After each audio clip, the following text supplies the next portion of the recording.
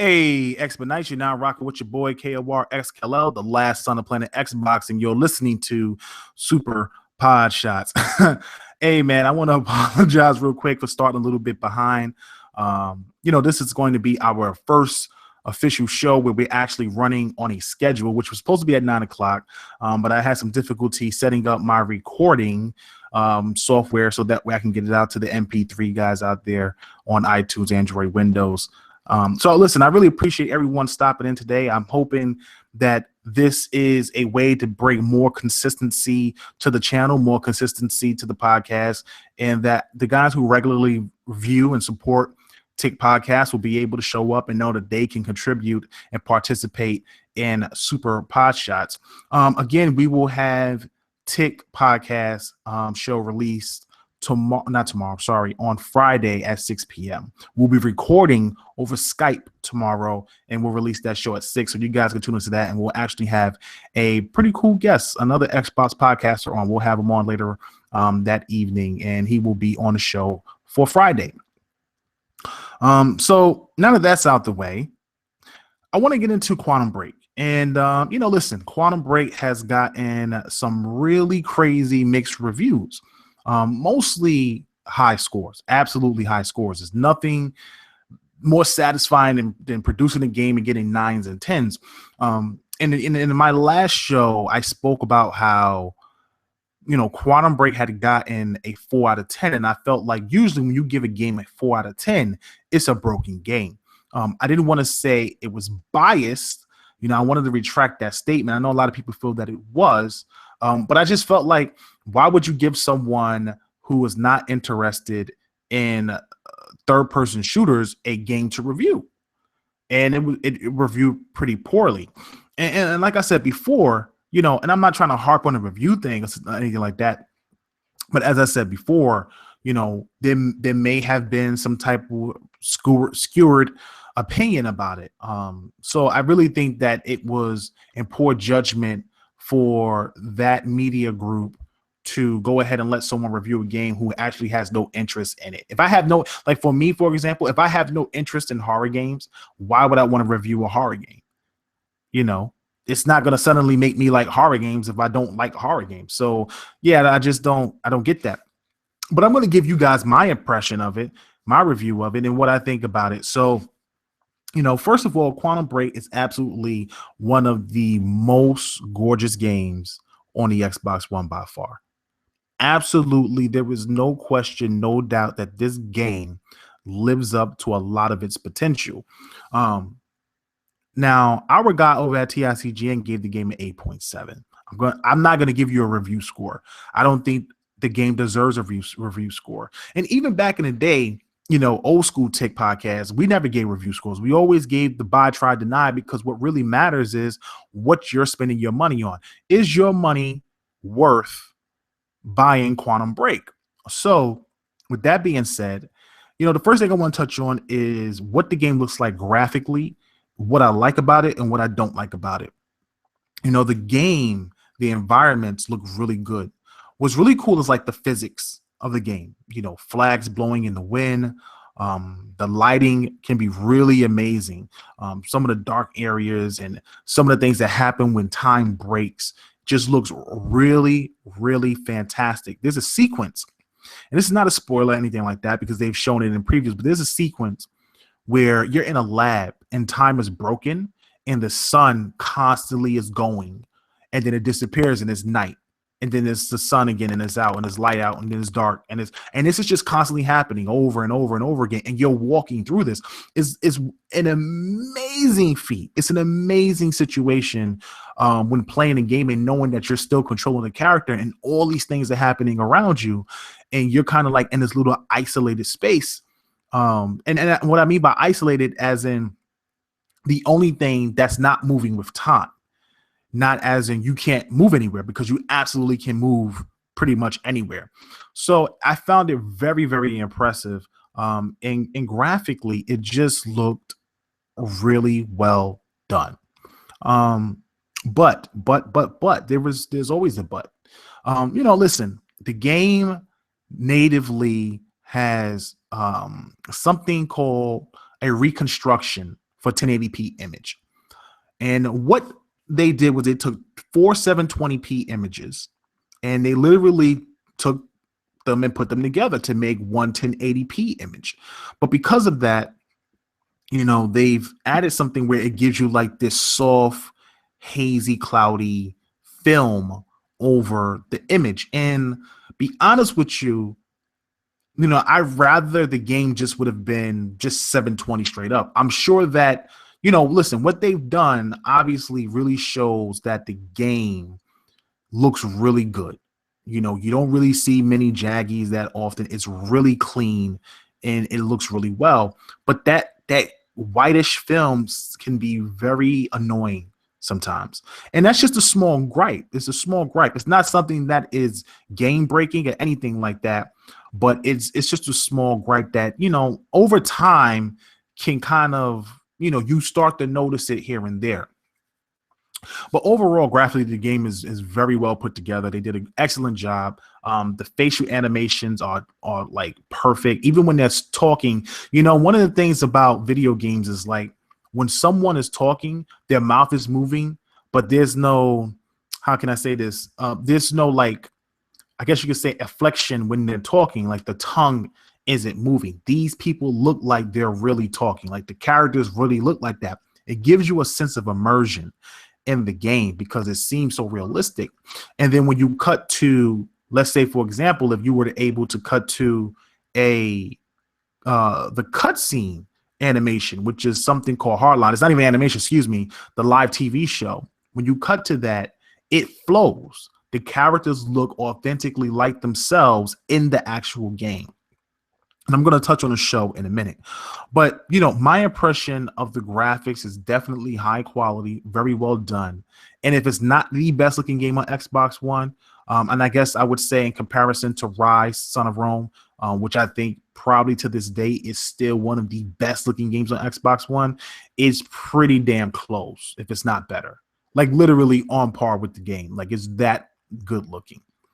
Now, as far as gameplay goes, I will admit it took me a second to really get a feel for the controls. And what I mean by that is usually when you go into cover and you're playing the game, you press a button, as in Gears or the Division. And I've been playing the Division a lot lately. So playing the Division has has made me feel kind of weird when I first started playing the game. Obviously, I'm used to it now. But when I first started playing the game, you automatically, anytime you get into a combat situation, you automatically go into cover when you walk up to any object that's, you're able to duck behind.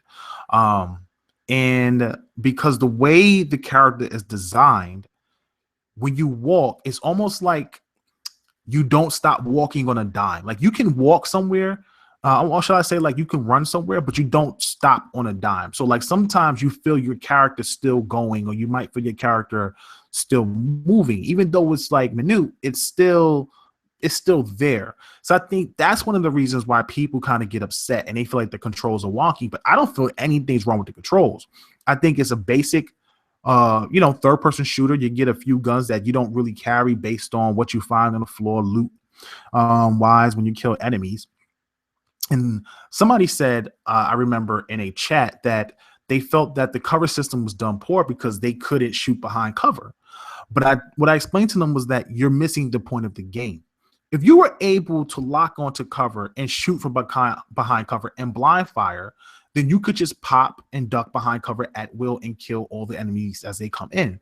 The purpose of the game is to get you to learn and understand your powers. The purpose of cover is to give you the opportunity to recoup and understand how to approach the situation with your abilities, And as you start to unlock these abilities, you can do some really awesome combos and some really awesome things because everything is set up for you to be able to move where you need to, hold who you want to, protect yourself at will, and be able to do some devastating things with your abilities as well as the guns. It's just very well done. And the only issue I have with the gunplay of the game is the reticle. The reticle is a problem, and it really is. It is not a problem when you're actually playing the game and you're holding on and you're locking down sights. The problem is when you're not and you're trying to lock on before you start the lock on the trigger and look down the sights, they give you a very, very, very, very small dot. It's almost PC like back in the day, those old shooters where you would just have this little small dot on screen. And between the filter and sometimes the lighting in the game, you can lose that dot. You might not even know what you're aiming at. Like imagine trying to, like, one of the things I do in Quantum Break, no, it's not Quantum Break. One of the things I do in the Division when I lock onto an enemy is that I can take my reticle and put it over an enemy's face first to go for the immediate headshot. Pause. And what'll wind up happening is I can then pop out of cover, already be locked on, and just, light them up. But in this game, sometimes you're trying to find the dot before you can even lock onto a person. And it's not something that always happens, but as the enemies are starting to move around the map, or you're trying to lock onto an object to, break the environment to hurt the enemies or kill the enemies, it can take up time just trying to find a reticle. So that's really the only gripe I have when it comes to the gameplay. Other than that, I love the gameplay. Everything about the gameplay to me is just really awesome. Even the gunplay, like the different weapons that they have, is pretty cool. And it's a decent variety, nothing too special, but a really decent variety. Now, when it comes to the TV show, which is what everybody is always crying about, when I started to watch the show, I said to myself, I thought it was going to be sci-fi-ish. You know how those sci-fi shows are. You get a chance to watch those sci-fi movies or those sci-fi TV shows, and some of those sci-fi TV shows are really, really good and really well done, but some of them are cheesy. And I thought I was going to get that impression when I was watching Quantum Break, but in actuality, the show shocked me the most. It blew me away. I really felt like I was watching a TV show and I was intrigued. The acting is on point. Like, it's not no sloppy B actors. These guys made you feel the intensity of the situation. And the way it was all acted out, the way it was done, the way the voice acting is done in the game, and the way they acted out in person, like in real life on the show, it's really, really well done. And I don't have anything much to say about anything that's bad about the game. I think that most people will be upset because, it took me, and I'll be honest, it took me about 2 hours and about 2 hours and a half, about 2 hours and 30 minutes to complete the first chapter, like the entire first chapter. And it's 3 chapters, I believe, per chapter. So you have chapter 1, act 1, chapter 1, act 2, chapter 1, act 3. And then what's really cool is that you get a chance to take over the villain. And when you play as a villain, you're able to choose between hardline and PR. And that's basically how you're able to see what's played out in the show. And that makes it so connected. I don't know what people are talking about when they say it's disjointed or it's disconnected or it doesn't work. It completely works in every aspect. So it's really well done. The graphics are on point. The gameplay is really good. And I have to give this game a buy. It's a must buy if you're an Xbox One gamer. It's unfortunate what I've been hearing about the people who have the game on PC.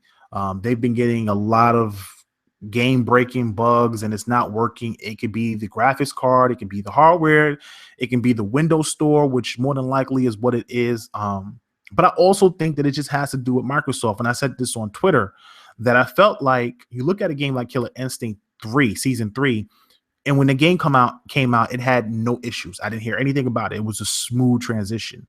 But you look at Gears of War Ultimate Edition, and you look at Quantum Break, and these are 2 games that had pretty poor launches.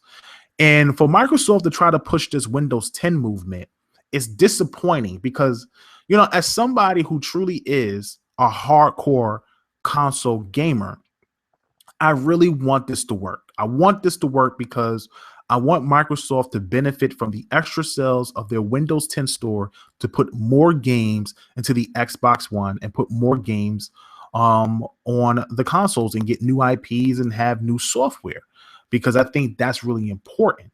Now, obviously, if they do that, those games will more than likely hit Windows 10 PC also.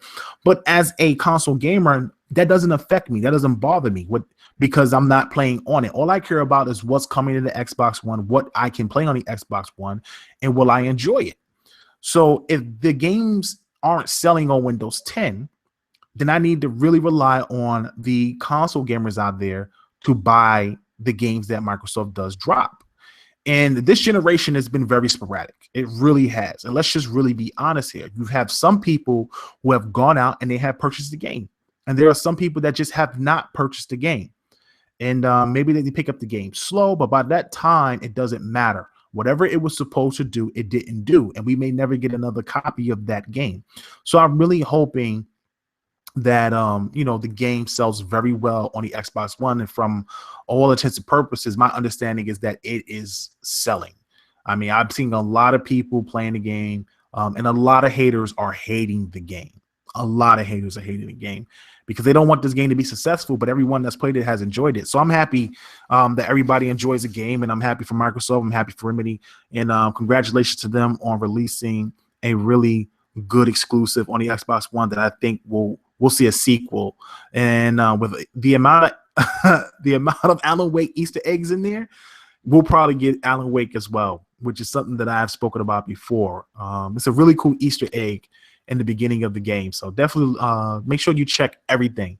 Like, this thing has me getting my Elder Scrolls on, man. I am reading every freaking document that I find to get a better understanding of the game. I think this is the type of game you have to take your time with. You can't rush through Quantum Break, because there's so much story being told in between the documents. People are sending emails back and forth, and they're talking about certain situations. You actually have the game itself. There's a lot of things happening in the game that if you find certain documents, certain objects, you turn on certain TVs, certain radio stations, you will get a very enhanced experience through sound and through reading. The content is a very, very deep game. So, big must buy from me from Quantum Break. And I know you're saying to yourself, well, Cal, you're an Xbox guy, you're a fanboy, of course you would say get Quantum Break. No, I'm being honest here. I'm not trying to trick people into buying a game. I'm not trying to be that type of guy. That's not who I am. I don't get paid from Microsoft. They ain't cutting me no checks or nothing like that to help promote the game. Not at all, but I genuinely believe it's a good game. I like the game. So if people value my opinion of the game, I would hope that, they take my word for it and they go out and purchase the game, because I'm sure they will enjoy the game. It's not a typical third-person shooter because there's a platforming aspect to it. You also do platforming, and you use your powers to navigate through platforming aspects of the game. So it gives you not just running around shooting all day. There are times where you have to figure out puzzles, or you have to figure out ways to maneuver through the game as well. So it's really, really cool the way they have it set up, and it's a definitely change of pace. And after playing the game for 2.5 hours, taking a 22-minute break to watch, one of these really cool scenes that they have set up in the game, these live action sequences, is great because it gives you the opportunity to bring it down a bit, watch the show, enjoy it, and hop right back into the game if you want to. So definitely check out the game. Really dope. So moving on, Gears of War 4 comes out October 11th. For those of you who don't know, they announced the launch date for Gears of War 4, and that's great because I always felt that it was going to come out early when they said that they were moving up the game from a holiday release to a fall release. And usually fall falls around September and October. Holiday releases are really late October and November. And Rod Ferguson, some of you know him as @GearsViking on Twitter, he was answering some questions, and one of the questions, Ace Kidder, a good friend of the show podcast and Twitter feed, he had asked them, he had heard rumors that Gears of War was going to be 720p. But Rod came out and confirmed that the multiplayer is actually 1080p 60 frames per second. Now, I literally jumped out of my seat when I read that, and I immediately got my team to write this up because this is mind-boggling to me. A game of the stature of Gears of War, which really is like one of those, graphical masterpieces that we've seen on the Xbox 360. And so far looks like another graphical masterpiece on the Xbox One. The game, I was expecting it myself for the multiplayer to be at least 720-900. With the campaign being 1080p 30, I did not expect it, and especially the multiplayer being 60 frames per second. I absolutely did not expect to see this game to hit 1080p. I don't know what type of magicians they got over there. I don't know what type of jutsus they pulling off. I have no idea what type of hacking they've been doing to the Xbox One, but they have pulled off the holy grail. They absolutely have pulled off the holy grail. 1080p 30 frames per second in the campaign, 1080p 60 frames per second in the multiplayer, and we get to play the beta this month on the 18th. If you have Gears of War Ultimate Collection, you get to play it early, which I believe starts on the 18th. And then it releases for the Xbox One for everybody, I want to say on the 21st. I'm not absolutely sure about that, but you guys can Google it. You guys know how to type. So, man, I'm just like, bruh, this is insane. Already, this is insane. I'm already like super hyped for Gears. It's like I'm getting my feel from Quantum Break. Then you tell me literally in a week and a half, I'll be able to play Gears of War's multiplayer and 1080p 60 frames per second in the beta. Now listen, let's be real for a second. There's been a lot of questions about what 1080p really means nowadays. I mean, when you look at the big picture, what is 1080p really? You know what I'm saying? Are we talking about 1080p reconstructed to 1080p? Are we talking about 1080p dynamic 1080p? Are we talking about real native 1080p? I don't know. He said 1080p. 1080p can be a lot of things. 1080p can be upscale. It says 1080p on most boxes. I don't know. But for now, it's impressive. And I'll take him at his word until, something comes out. But really, who really cares about the resolution? I don't. I do care that they've made a feat, considering that the game looks the way it does just from the Game Informer images, and knowing the quality that you really produce when it comes to Unreal Engine 4. Because Unreal Engine 4 is, like I said before, it's just one of those engines that when you put stuff on it, it looks good. I'm talking about spectacular. There's only a few engines out there that I can really say, that engine is the ish. And it's definitely the Unreal Engine 4. I definitely have to take a nod out to the Crytek engine, which I think they do a remarkable job as well. I don't want to say Frostbite. I know Frostbite does a really good job, facial features wise and character model wise, but it just doesn't agree with the Xbox. It really doesn't. Like everything that comes out from Frostbite on Xbox just looks good texture wise, but it doesn't hit the resolution. Everything drops to 720. It's kind of disappointing, honestly. But it's just surprising to see them hit that mark. So it's impressive. I hope that the game multiplayer turns out to be close to what we got in Gears 3 multiplayer wise, though I really love Gears 2's multiplayer. Oh my God, I love Gears 2 multiplayer so much. When you were able to tag people with grenades and just roll out of there, oh, so epic. Or like you would tag somebody with a grenade and you would roll and they would immediately roll with you and y'all both would blow up. Yo, Gears is like one of a kind. There's not many games out there like Gears. I'll be honest with you, there's no games like Gears. I think this is why Gears is such a special franchise. You can't find a game like this on any console. You just can't. You're not able to find a game like this on any console. People who don't play on Xbox are missing out on one of the better franchises out there and things. I was reading a story today from Entertainment News, and they actually had an interview with Rod Ferguson, and he talked about, their approach to the Gears of War 4 campaign and how, they were going to do it. And he talked about how, they thought about going back to the past and, reflecting more on the Pendulum Wars, and it was like humans versus humans. But he said, nah, that just didn't feel to Gears. It wasn't Gears. Then they thought about adding aliens or taking them to another world, but then they weren't able to reference back to Sarah and the original crew, Delta Squad. So the only thing they could do was jump 25 years into the future. And, the initial, what a lot of people don't know is that the initial character design was actually already started by Epic. And they went ahead and just continued it. Now, some of the things that Epic had did on the game, because Epic didn't know what to do with the game.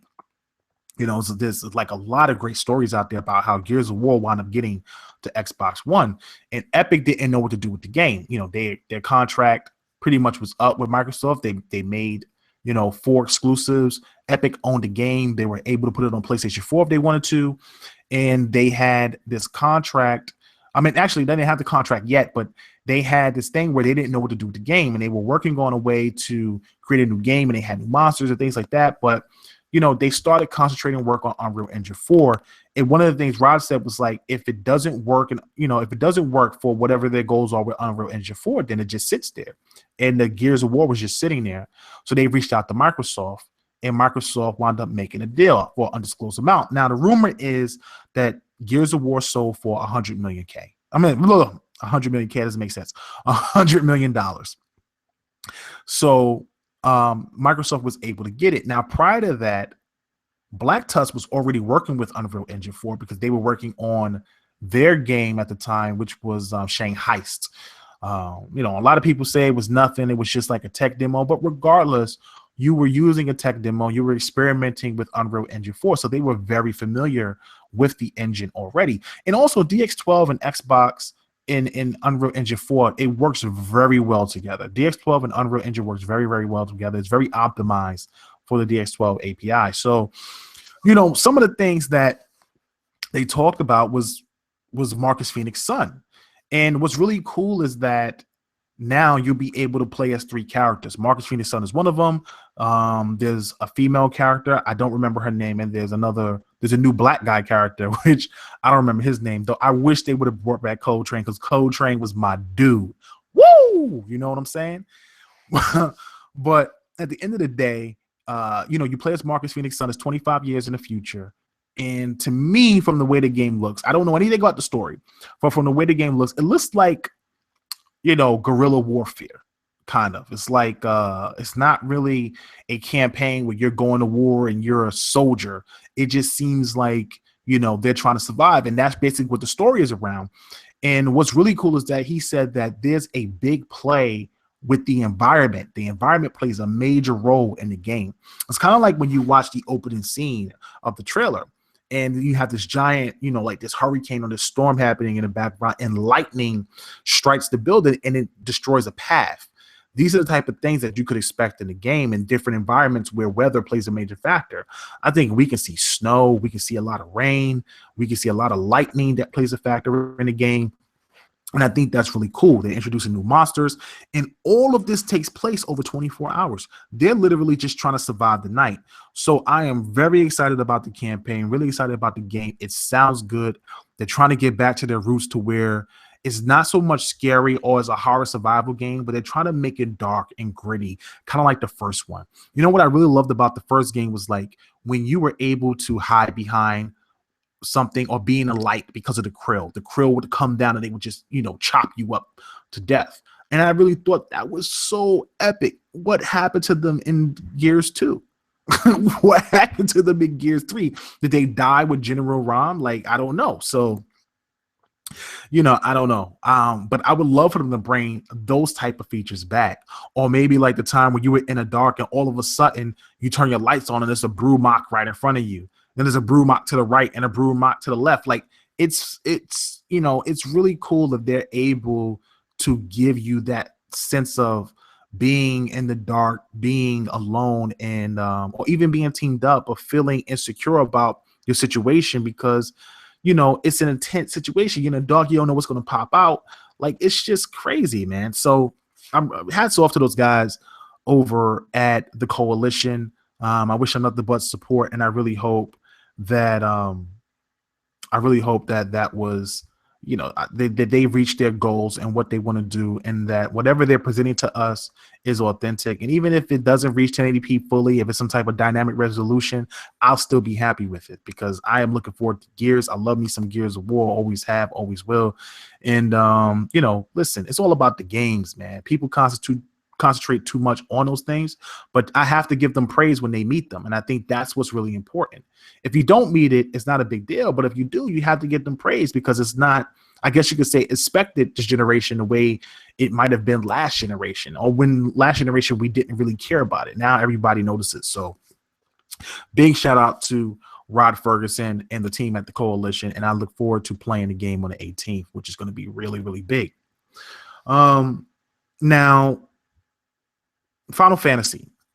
I'm a big Final Fantasy head. I played so many Final Fantasies throughout my lifetime. And I just love Square. Square was one of those franchises that I grew up on, and I just really felt like, Square could do no wrong. Like, if I had to make a game, Square was going to be the company that I wanted to. When I was like 17, I won't even say that. When I was like 16, 17, 18, 19 in my teens.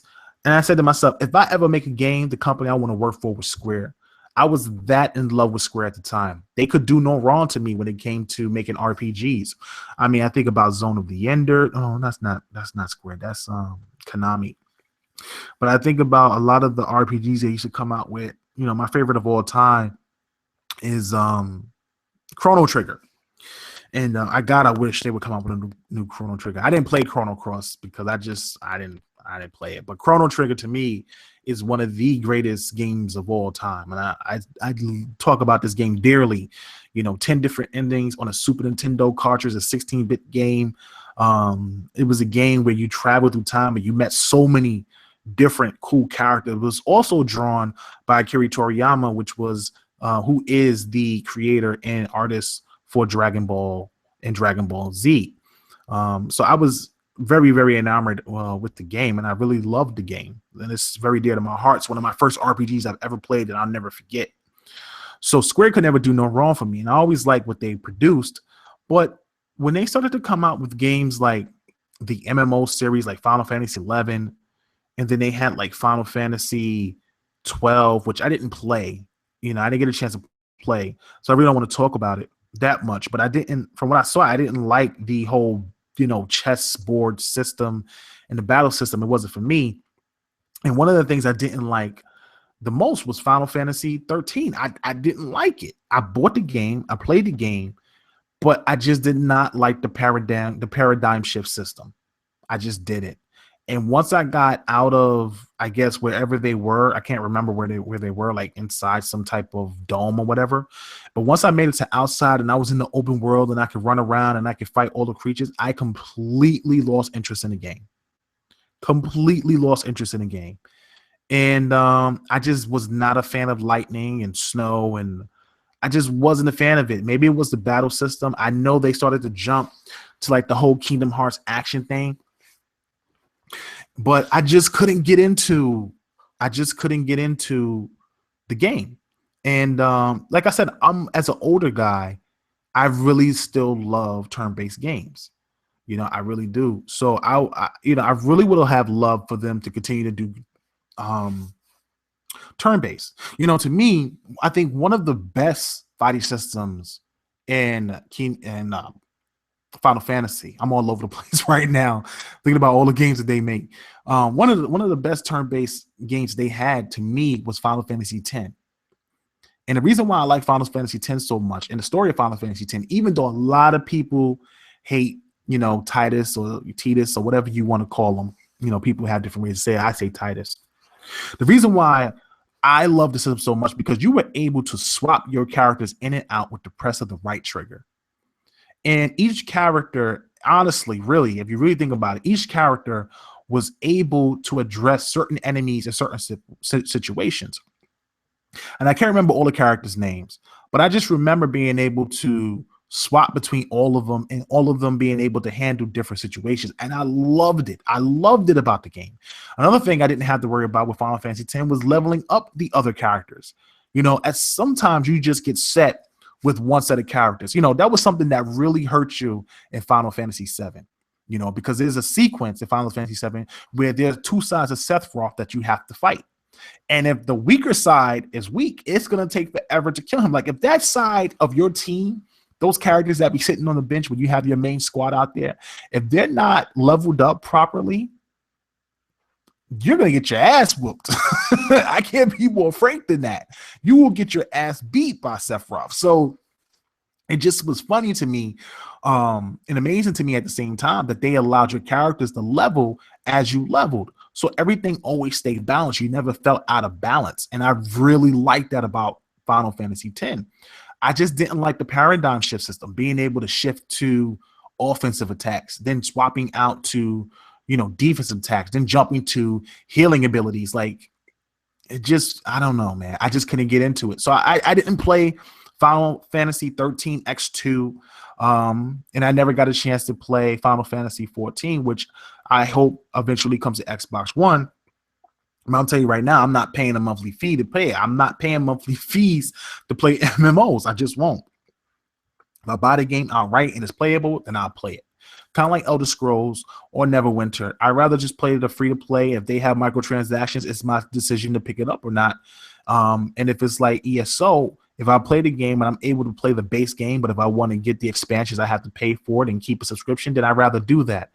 But between paying for, my online service, paying for Xbox Live, and then to turn around and pay a monthly for, a monthly fee for MMO, I'm not going to do that. So I don't know if they'll ever change their policies. I don't know if Xbox gamers will do that. Maybe some will, some won't.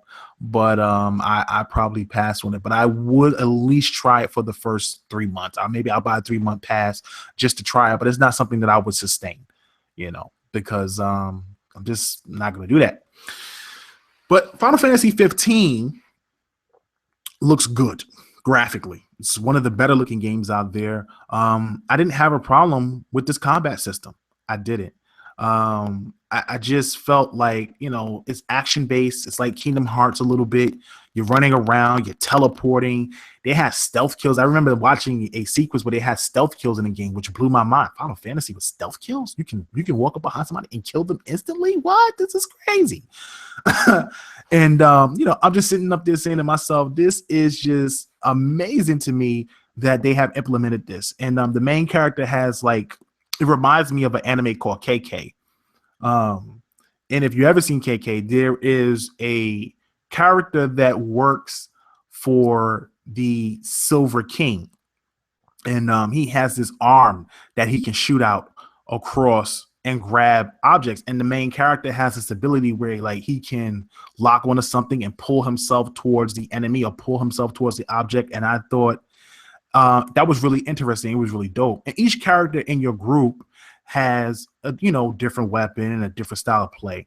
But what was really interesting is this whole dynamic of cooking dinner and going to sleep and waking up, and it's open world, and you're driving in a what is it, an Audi R6 or something like that, or Audi R8. It's crazy. What? It's a completely different Final Fantasy. And when I played the first demo, I liked it, but I couldn't get into it. It was just, the performance was terrible. Absolutely terrible. It was so laggy. The frame rate drops was horrendous. The game looked great graphically, but once you started getting a bunch of people on screen and enemies on screen, it just was, I couldn't get into it. So I haven't played the second demo, the Kingdom Hearts Platinum demo. I heard they have Carbuncle in it, which is very interesting to me, and I want to give it a shot, but I'm just too into Quantum Break right now, and then followed up with Gears. It'll be a while before I get a chance to play it, but I will play it, and I will give my impressions on it eventually. But I've been hearing a lot of things about it, and it's been very mixed, and I've been very surprised. Some people feel like it could be the death of Final Fantasy, that Final Fantasy has ran its course and it's time to end the franchise. And some people feel like it is a revival of the franchise, and that, finally getting away from the disastrous, Final Fantasy 13, Final Fantasy 15 may finally get Final Fantasy back on track. And I really want to get a chance, to really get an impression for myself. But I wonder, will it do it? Will it get the guys at Square? Because to me, Square's done a great job when it comes to, Tomb Raider franchise. That was a really good look. Them being able to secure that, bring that back, revive the franchise. I love Deus Ex. Deus Ex, man, I played Deus Ex on the Xbox 360. I loved it. When I was at E3, myself, B Money, and Skittles 1323 were able to go behind the scenes in one of the rooms upstairs where you only press can go. And we were able to go in there and we sat down and we had a sitting, watched gameplay. And I'm gonna tell you right now, Deus Ex is gonna be fire. Fire, bro. Like, if you like shooters, RPGs, and you like the first Deus Ex, it tops it twice. Graphically, it's impressive. It's a DX12 game. And I mean, they are balling on a whole nother level. They have sequences. I'm like a little subject. They have sequences in the game where you can talk to the boss and he will commit suicide, bro. What? that is amazing. You can talk yourself out of a battle and confrontation with a boss. That is sick. That is absolutely sick. So I am really hype and high on Deus Ex, the new one when it drops.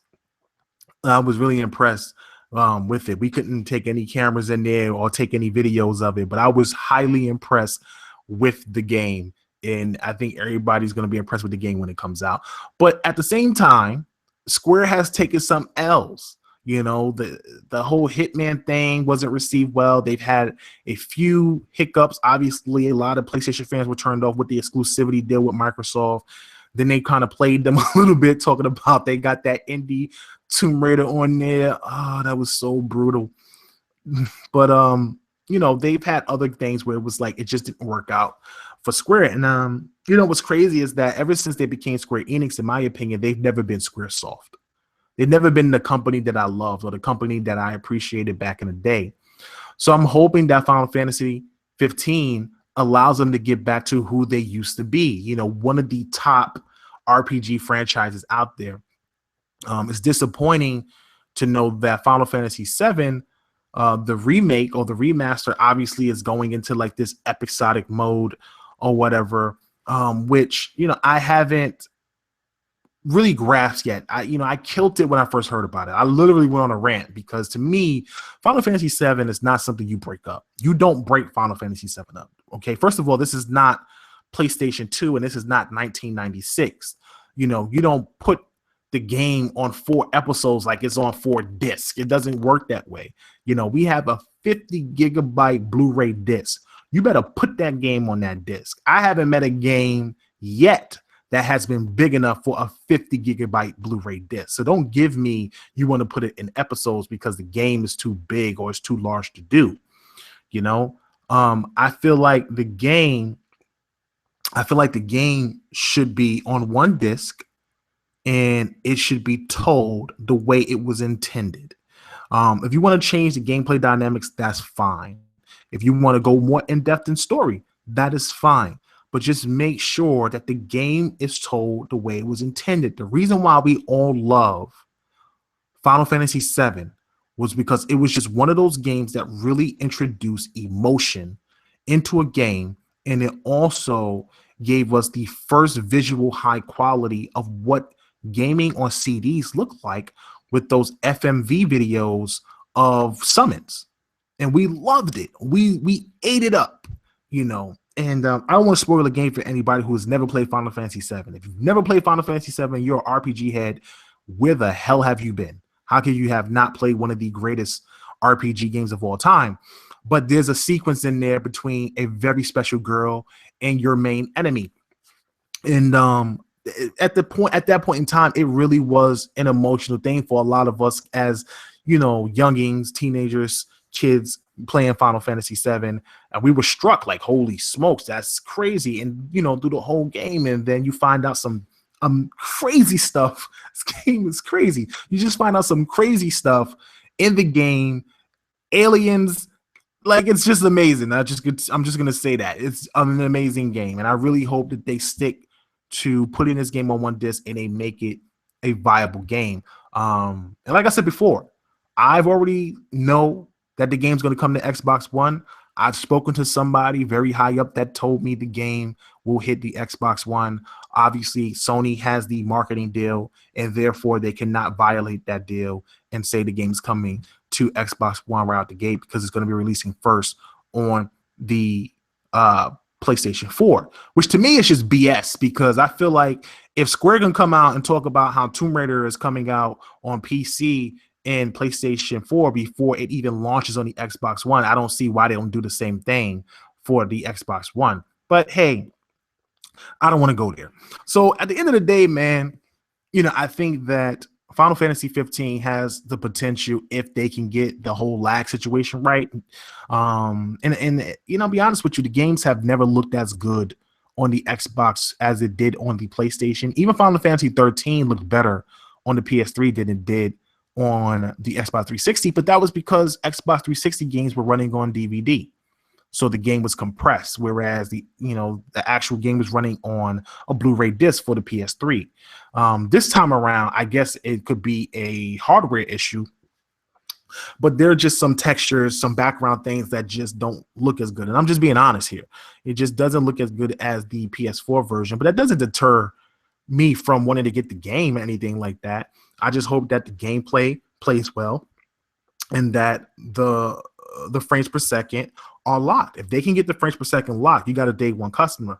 But in an open world game like that, when you play the game and you're open and you're moving around, if the game lags, it kills any sort of gameplay immediately. It's not a linear game, so it kills any sort of gameplay. And if they can fix that, then they'll have a day one for me. So I'm definitely looking forward to it. Definitely looking forward to it. So, man, I really appreciate everybody coming in. I'm going to finish up with my last topic. And it's a great month for Microsoft. Today, Halo 5 released another free downloadable map called Meridian. And Halo 5 has been doing very, very, very well. A lot of people felt like Halo 5 flopped, but I'm like, by whose standards? By Halo standards, sure, if you feel like it didn't sell as much as any other Halo, but Halo actually is one of the highest selling games this generation for an exclusive, not even a multi-platform game. And all of the microtransactions that they have done in multiplayer, with their system, I can't even think on top of my head right now. I want to say it's on the tip of my tongue, but I can't remember. But with their system that they have set up, the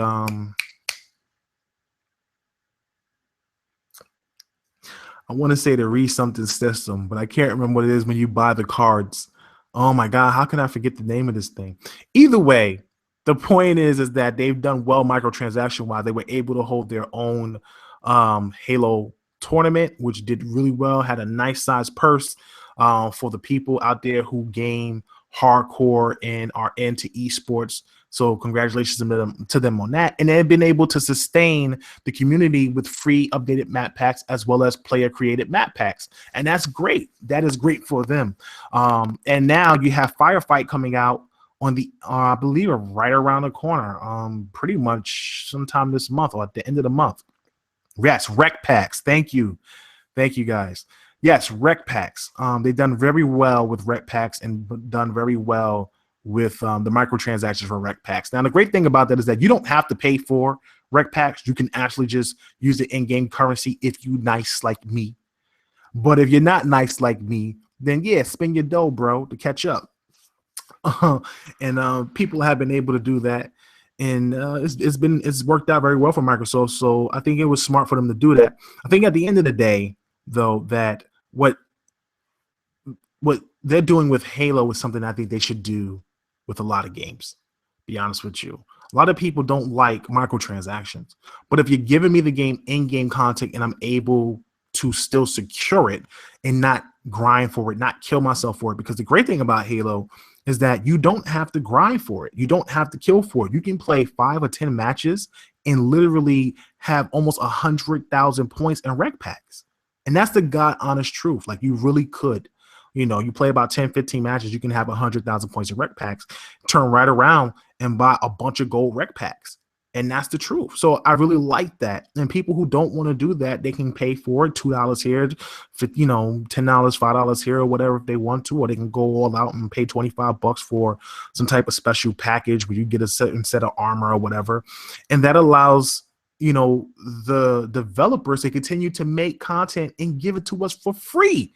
You can't beat that. And they constantly giving the guys over the Halo players over there new and fresh content with this firefight thing, which is basically horde mode. And I'm looking forward to playing firefight.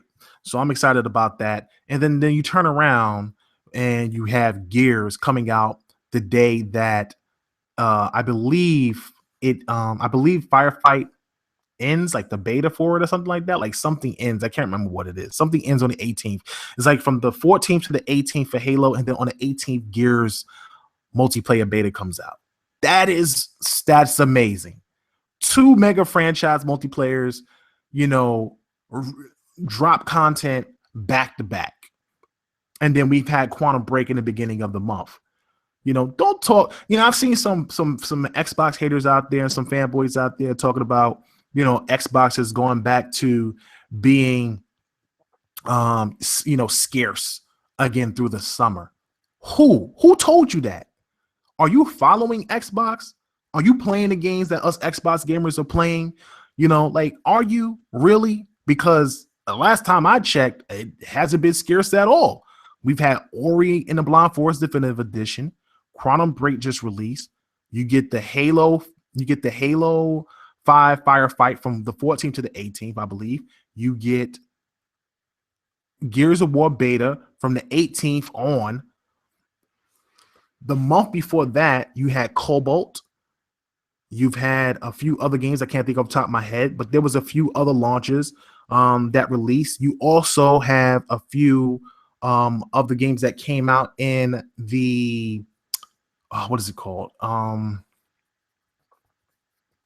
In the preview program for the Idea Xbox program and things like that, where you get early access to certain games. I played oh my god, what is the name of this dinosaur game? I played Ark for like a good 2 months straight, hardcore, but it's not on any other console. It's on PC, absolutely, but that's PC. So I mean, I've had plenty to play on the Xbox One, and with all these games that's released, Microsoft has done a good job of spacing out their games. Even Sam Lake himself said that Microsoft pushed back Quantum Break just to literally space out their games because they just didn't want all the games on top of each other. Now, the rumor is that we're supposed to get Sea of Thieves in the summer. Not to mention Crackdown's multiplayer come out what? Crackdown's multiplayer is supposed to come out this summer as well. So you have all of these betas dropping. Regardless of their beta, it's still gameplay. You're still enjoying it for however long you're able to enjoy it. We don't know what Microsoft is going to announce at E3. There's been all this talk about hardware and upgrading, and there's always talk about new games and IPs and new studios. A lot of things I've been hearing. A lot of birds chirping in my DMs. That's my new line. I got birds chirping in my DMs. You know what I'm saying? But we don't know what they're going to announce at E3 and things like that. So I'm pretty sure they have some things lined up to announce new that's going to be releasing this year. And they have some things that they want to talk about more than likely at Gamescom for 2017. But, as of right now, I look at it from the perspective of, Microsoft has been sustaining their fan base with good quality games, securing good deals in the indie space.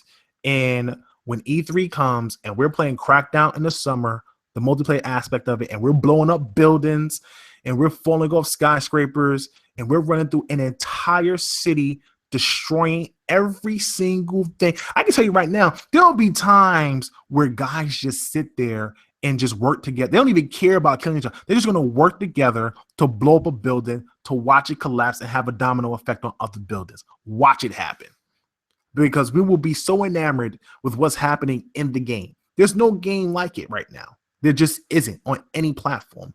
People can talk about old platforms. People can talk about, games like Battlefield. Battlefield is scripted like a mofo, first of all. And the buildings don't topple over. They go down and they crumble. These buildings, you can shoot a side of a building and take out the right side. It will do a domino effect to another building and knock over another one and another one and another one. Like, that's how they have it set up. So I am super excited about I am super, super, super excited about Crackdown. And as I said before, man, I think if they get this right, it can be the next mega franchise, a franchise that they already own that has been kind of neglected because of what happened in the past. A lot of people enjoyed the first one. A lot of people hated the second one. This game right here can be the defining moment for Microsoft and the Crackdown franchise. And getting Dave Jones back, who was the original creator of Grand Theft Auto, was the right thing to do. If this game plays anywhere near to the caliber of I guess you could say a superhero type Grand Theft Auto, oh my God, forget it. People going to lose their minds over this game. Multiplayer destruction, some destruction in game as well, in the campaign aspect of it. I don't know when the full game will launch. They didn't give us a date, but the full game of Crackdown does not come out this summer. I just want to make that clear. It's only the multiplayer and it's a beta. They're testing it out this summer. And then we're supposed to get Sea of Thieves sometime in August. Now, that's not 100% guaranteed. Don't take my word at that. But it was supposed to come out summer of 2016, and I would see it coming out in August or July, one of those days. I would say August more than likely because August leads into that holiday season. I think about Rare Replay and Gears of War Ultimate came out in August last year. You go into September, maybe they drop Forza Horizon 3. October turns up, you wind up dropping Gears of War 4, and then in November, we get the masterpiece that's supposed to be ReCore, which is basically inspired by Metroid and Zelda. I am so hyped for ReCore. I cannot wait to get Ken Law back on the show and get the team back on the show to talk about ReCore. Hopefully, they're holding off until after E3, but it looks like I'm going to have a ton of interviews after E3, which is going to be Craig Duncan, the head of Rare.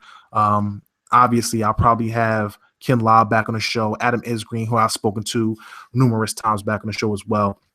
So I'm excited for that, definitely, and I'm looking forward to what they have to show, what Microsoft is going to be delivering the rest of the year and next year. E3 has me so hyped, and I can't wait to get back and give you guys another tech experience. B Money 101 just got his invite to the Bethesda conference, so we'll be able to cover that as well. I should be getting my email pretty much soon, as well as some of the other guys, but I think it's only going to be us two this year, so we'll see what happens. But anyway, man, that's it for our show, man. That's it, for this week's episode of Super Podshots. I will definitely be back next week at 9 p.m. I really appreciate everyone stopping in. A big month for tech. Big, big, big month. And I need everybody's support this upcoming month. We're going to do a relaunch of the website. I've spoken about this before. We're going to have a forums area, and I really want to do some big things in the forums area. I want to get developers in there talking to you guys. I want to get people in there communicating with each other. So we're going to be doing a very, very good, extensive job on working the forums. If you don't like a review, we will have something set up where you can do your own review and things like that this month. I may have a major announcement coming up pretty soon. I will let you know next week if it went through or not. I'm working out a pretty cool deal with some people. If it works, it works. If it doesn't, it doesn't. If it doesn't work, I'll never bring it up. I'll just tell you, hey, it didn't work. But if it does work, you will definitely hear about it when we launch. We got a super sleek new logo. You guys are going to love this new design. It's definitely pays homage to the Xbox, but it doesn't represent the Xbox like it used to. We are coming into our own. We are coming into our own brand, and we are taking it to the next level. We are really taking it to the next level. I'm talking about the elite of Xbox. If you can think like that, if you can think the elite, if you can think new age aristocrats, if you can think like that, you're going to really like the direction we're taking Tech Podcast and the future of all things tech. So I got some special things lined up. I can't wait to announce it. I think the fans and the community will be really excited, really happy for it. And I can't wait to show off the new website and the new logo. So keep it locked here on the Tech Podcast channel. I want to thank everybody for their support. and everybody who has come in to the channel for the live interview, and all you guys out there that support us, a live interview for the live show, and all you guys out there that support us in the MP3, Android, and Windows space. I'm so grateful for you guys out there. So really appreciate it. I'm your host, KLYSKLL, the last son of planet Xbox, and I'm off this planet. Peace.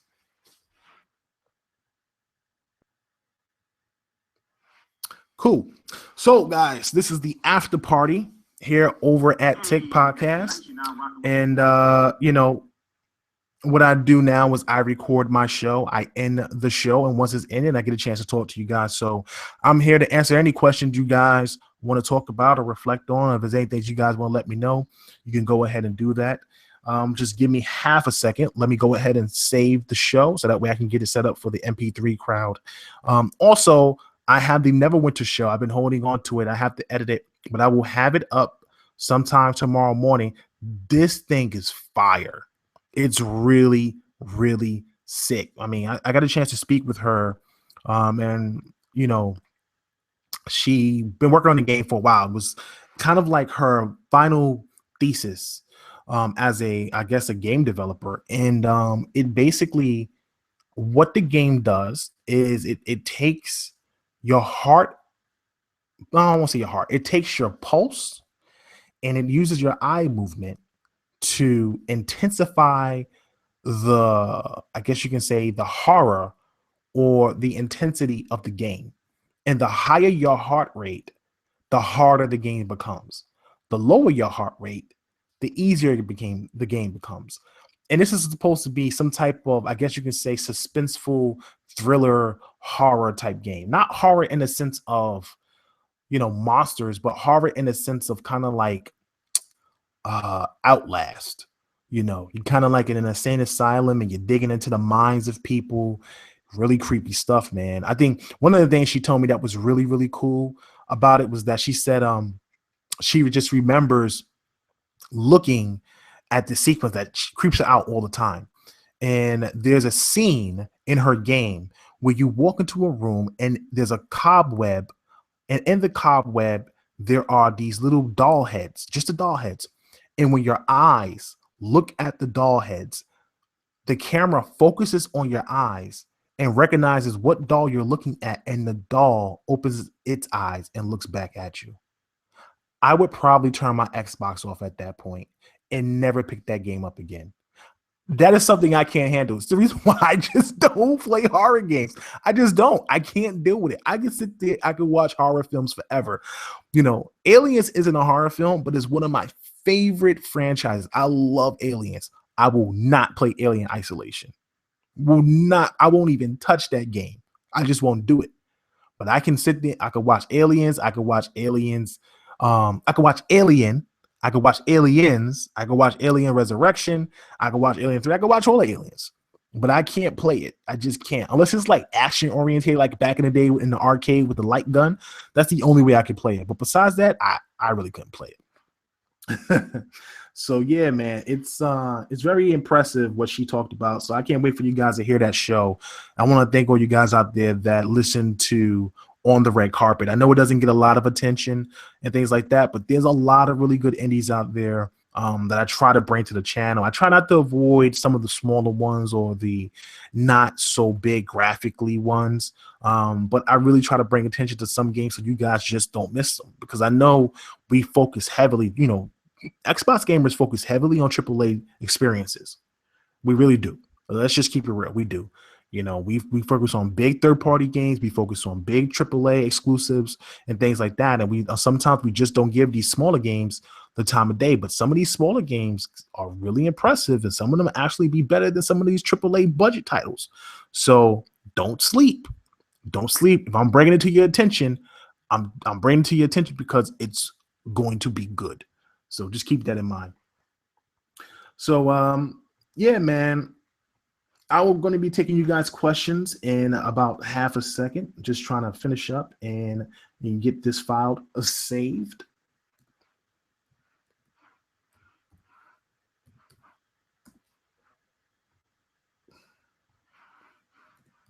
And in the meantime, you guys can go ahead and load your questions up in the chat, and I will go over them for the next 15 to 20 minutes. Depends on how many people we have in the chat today.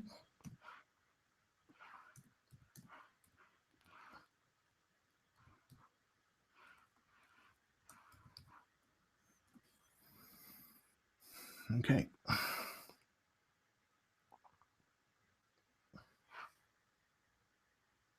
Yeah. So I got into a big thing today over Connect.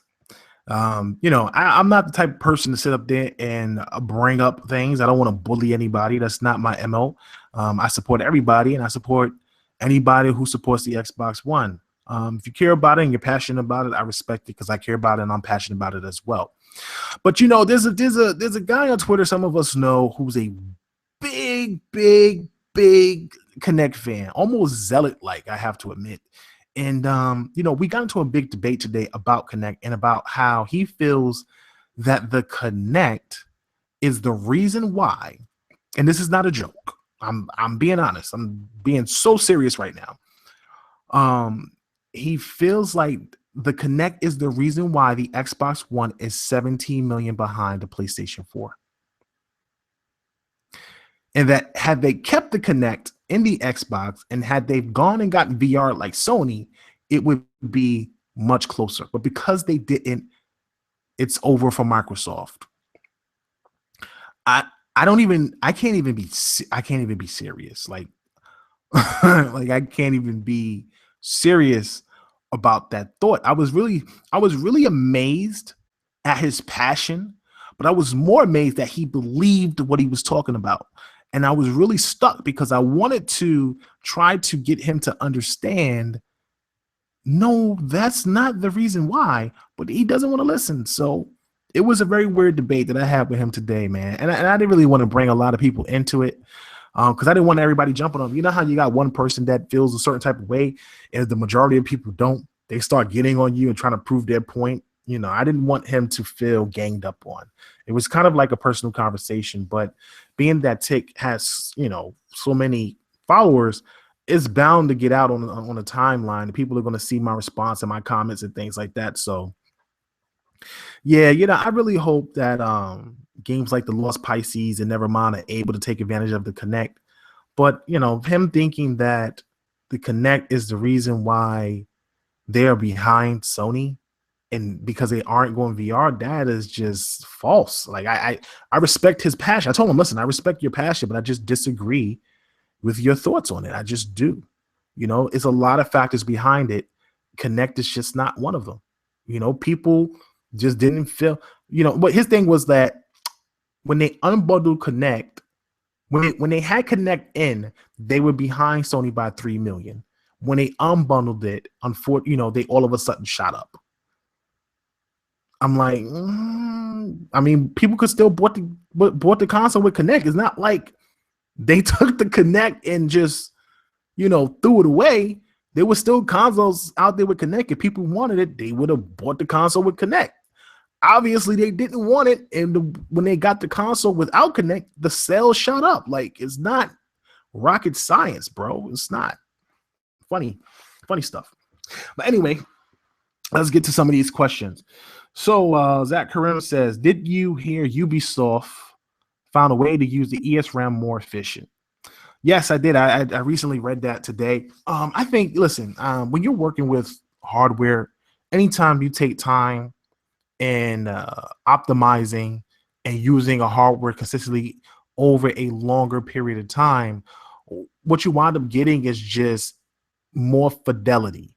It becomes much easier to use software, and you optimize your software much better so it's less resistant to whatever you're trying to design in the API of the Xbox One. I got into a debate again about upgrading the Xbox One and what they should do and what they shouldn't do and things like that, and people still are hung up and think that the ESRAM is something that they should continue to do. And I just don't believe that. I think that to me was a scapegoat. It's the truth. Nobody wants to recognize that the ESRAM and the what is it, DDR3 was basically alternative, because the reality of it was that Microsoft wanted to put GDDR5 into the Xbox One. They did, but it was too expensive. The amount of money it would have cost at the time when it came out to put into an Xbox One, along with each Xbox, was just too costly. So what they did was they came up with an alternative route of doing it, and that's how we have the ESRAM cache, and they have DDR3 in it, and it works great for CPUs, but GPU wise, it's just not something that, it's a hindrance. And I've been told that by developers. I've been told that, it's not that it can't work, but there just is an advantage graphically, resolution wise, as well as a few other minor things. It's not just that. There's other things to it too. I'm not stupid.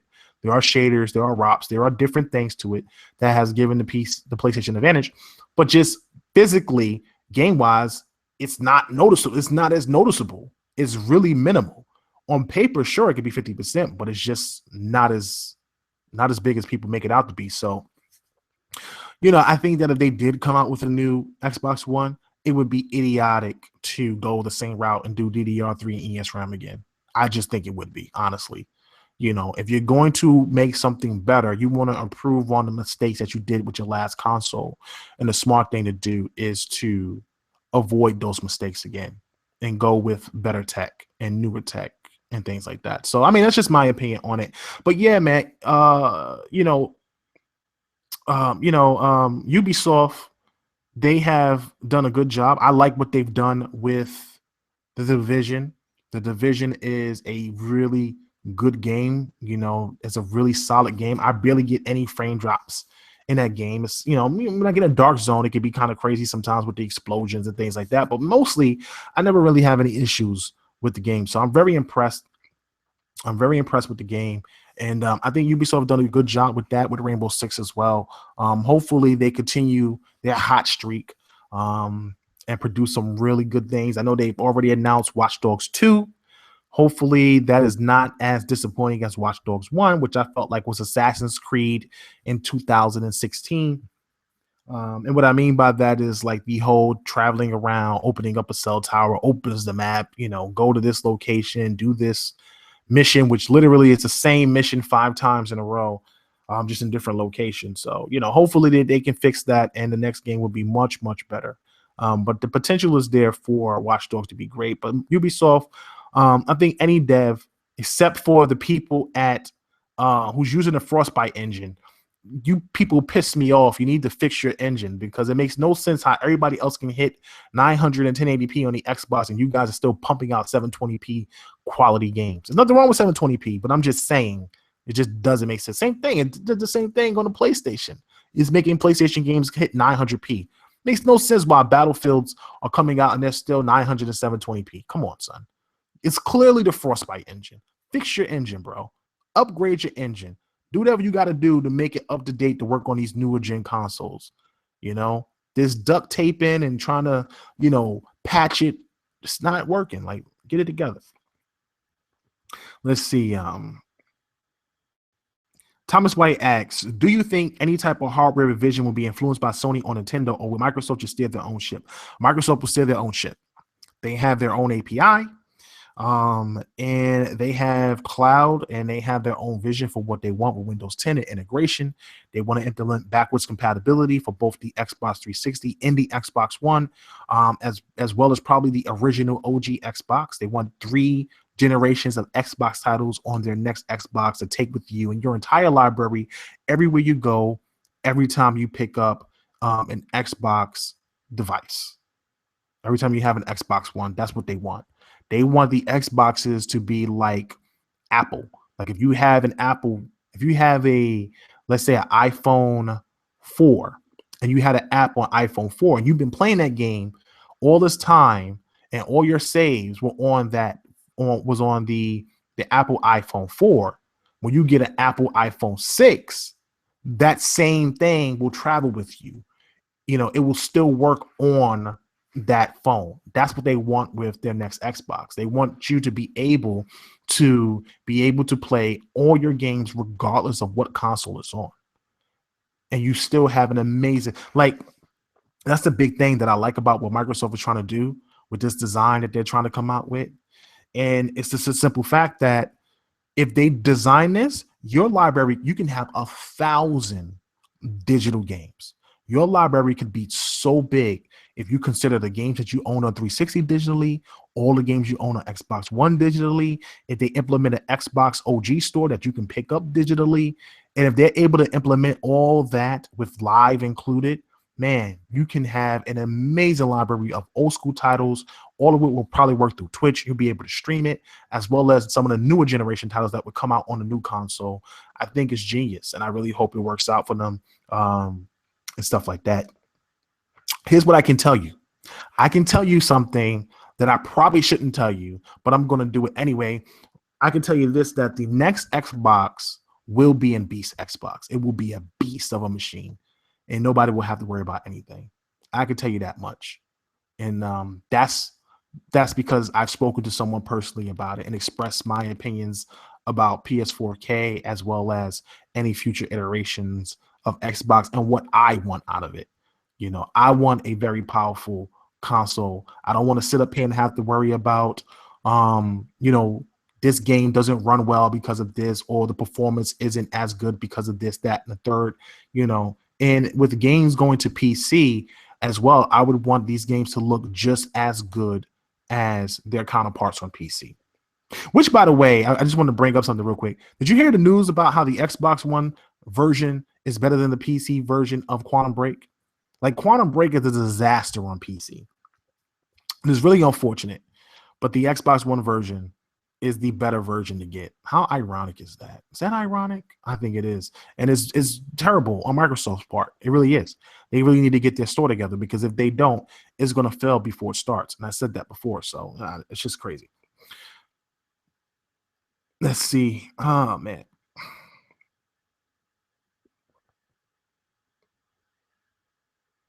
Thomas White asks, did you hear that Oceanhorn is coming to consoles? Yes, I did. I have no idea what Oceanhorn is. You're saying it's a little Zelda-ish game on Xbox. I hope that, I think Microsoft needs more games like that. I believe Hyper Light Drifter should be coming out soon, which I am a big fan of Hyper Light Drifter. We had those guys on the show. Definitely check out. If you haven't seen Hyper Light Drifter, you don't know what I'm talking about. On our channel, you can look up by playlist. We have a thing called On the Red Carpet, ORTC. And basically, On the Red Carpet is where we interview developers. It could be AAA devs, it can be indie devs. Mainly, we've been working our way up to AAA devs. It's a little bit harder because these guys want to hold these games for major events like E3, Gamescom. So it's harder for them to talk unless they've announced something already early. But games like the indie developers, they're definitely willing to talk, and we are very familiar with them. We have a good relationship with them, so we get a lot of great indie devs on the show. Hyper Light Drifter is a really special game. It's definitely 16-bit old school, but it just feels just so, I don't know, it's so futuristic. It's like you walk around, you have this little gun, you got this little lightsaber that you roll with, and the music, the atmosphere, it's so Tron-like. I love it. I'm so hyped. I'm so interested in the game. I can't wait for it to come out. So definitely check it out. We have it on the Red Carpet, ORTC, in our playlist. Just look up Hyper Light Drifter, as well as Ashen. Is another game which actually is an exclusive to the Xbox One, an exclusive RPG, which is really, really dope. That is going to be a hot ass RPG. Check that out on ORTC if you're checking out the Tick Podcast channel. But yeah, they need more games like that, little, Zelda-ish games, little RPGs and things like that, to continue to diversify their indie library, which I think is a very unique and very good indie library and things like that. I can't wait to play some of the games that they got coming up, like Below, as well as a few others. So I'm really excited about it. We'll see what happens with it. I've actually reached out to the people over at We Happy Few to get them on the show. So they'll be on eventually, but right now they don't have anything to announce. They're very busy working on the game. But when they do become available, hopefully it will be around E3, I will have them on the show and we'll get a chance to chat with them about We Happy Few, which looks freaky as hell. That's probably something I wouldn't buy. Those masks with the smiling faces, forget it. Not doing it. I'm not doing it. No, no. Anyway, File Dovikin asks, should they use DDR4 or GDDR5 for the upgraded Xbox One? I don't know, man. My understanding is that GDDR5 works great for the GPU. It's really GPU focused. That's really the main focus of it. But Microsoft, a lot of the things they're doing is computational, which is CPU bound, cloud, physics, more objects on screen, frame rates. A lot of the things they do is GPU bound. I mean, CPU bound, not GPU bound. But I would think that they would put in a graphics card powerful enough to handle a lot of the textures and things that we as gamers want to see. And I would think they would have an upscaler that would at least upscale the 4K, which I think is probably the smarter move. You're going to come out with a console sooner rather than later. As I stated before, there's been people who I've spoken to both in the comment section and in different podcasts that feel like 4K gaming is a ways off of consoles. It just is. The consoles, they because they're not as big as a PC, so you have a problem for possibly overheating.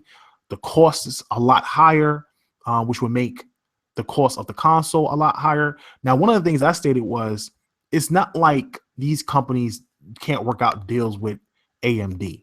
AMD has made a smaller chip. And it's not to say that they can't work out something with AMD to where they get a discounted card and they can able to implement that. I think that people have to stop thinking like PC and remember these are consoles and these companies work together.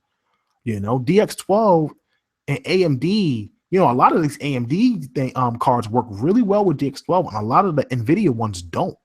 Microsoft has worked extensively with AMD. I mean, also AMD had Mantle, which a lot of DX12 is based off of. So it's not to say that these companies couldn't work something out to get these cards at a reduced price and be able to implement it into their console. At the same time, the likelihood of AMD doing that for millions and millions of consoles is something that I don't think would happen. So 4K gaming, I think, is a ways off. Some people say 2018. I think the console generation is going to end super early.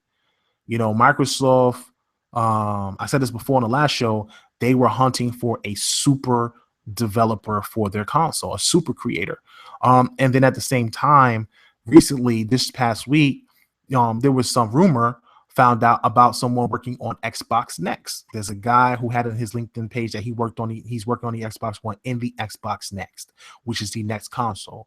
Everybody blew it up out of proportion, including myself, based on some conversations that I had about there possibly being an announcement at E3, maybe not for the Xbox Slim or the Xbox, maybe not for the Xbox Slim or the Xbox upgraded console, but something to, where they give you a hint or something's happening. I don't know.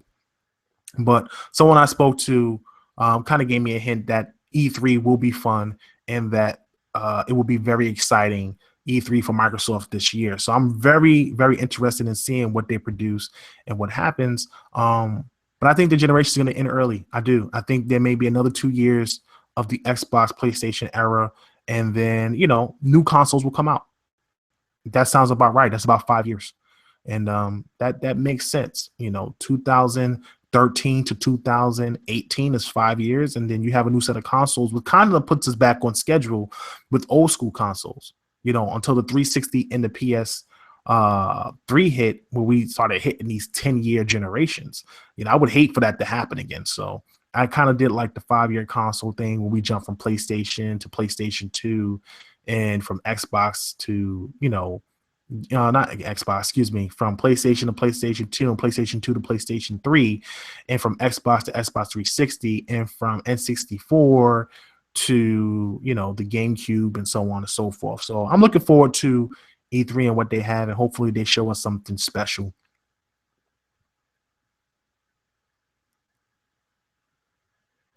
Thomas White asks, what are your thoughts on a BioShock collection? Real? My understanding is that is real. I probably won't get it.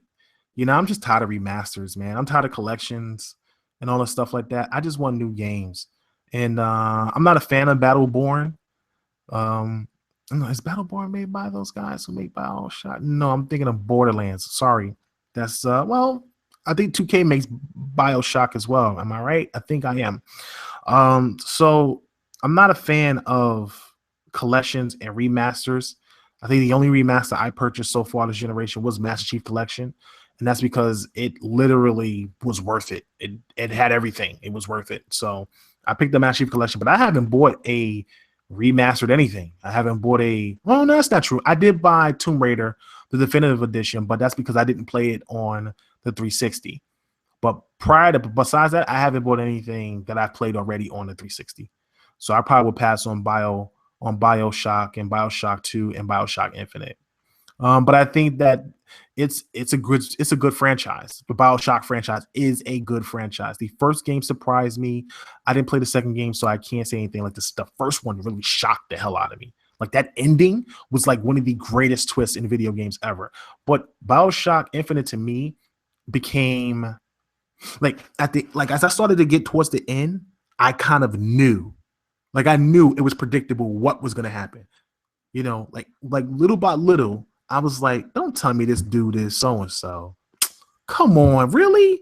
And like I knew at that point, like, oh man, like I really wanted to be like some type of twist, but it wasn't. Like I knew. So I don't know. It didn't catch me. It didn't catch me like the first one did. And I didn't play the second one. I heard the second one was okay. It wasn't that great. It was okay. But Infinite was interesting. It was dope. The way they had it set up in the era where it was like racism was still going on, and it was dope. I like games like that. I like games that aren't afraid to talk about the reality of history, and things like that. I mean, you don't have to say the N-word in every sentence, but I get it. Like it's real. I like it. It's authentic to a certain extent. I mean, the game is still a game. Don't get me wrong. It's still fantasy, but it's cool that they took that approach during that era and during that time. So, I really liked Infinite. I really did, but it's not something I would pick up again.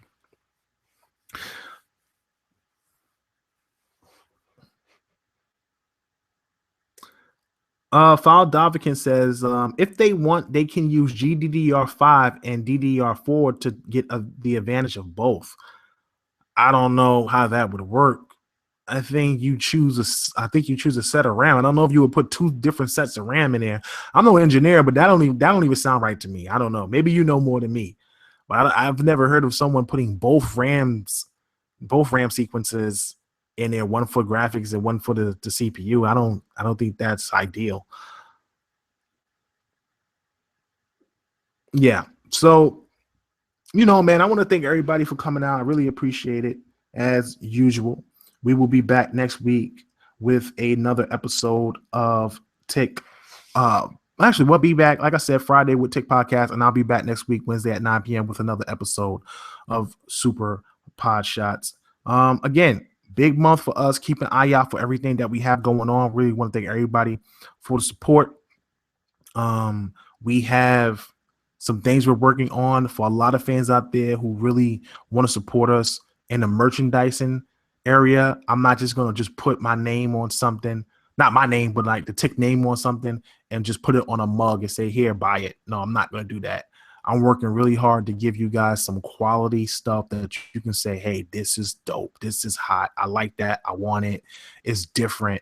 It's not lazy. It's not, like, and there's no disrespect to people out there who podcast and they have their own merchandising thing and they're selling their own things and they slap their tags on it, on their names on it. No, I'm really looking at it like a line for gamers.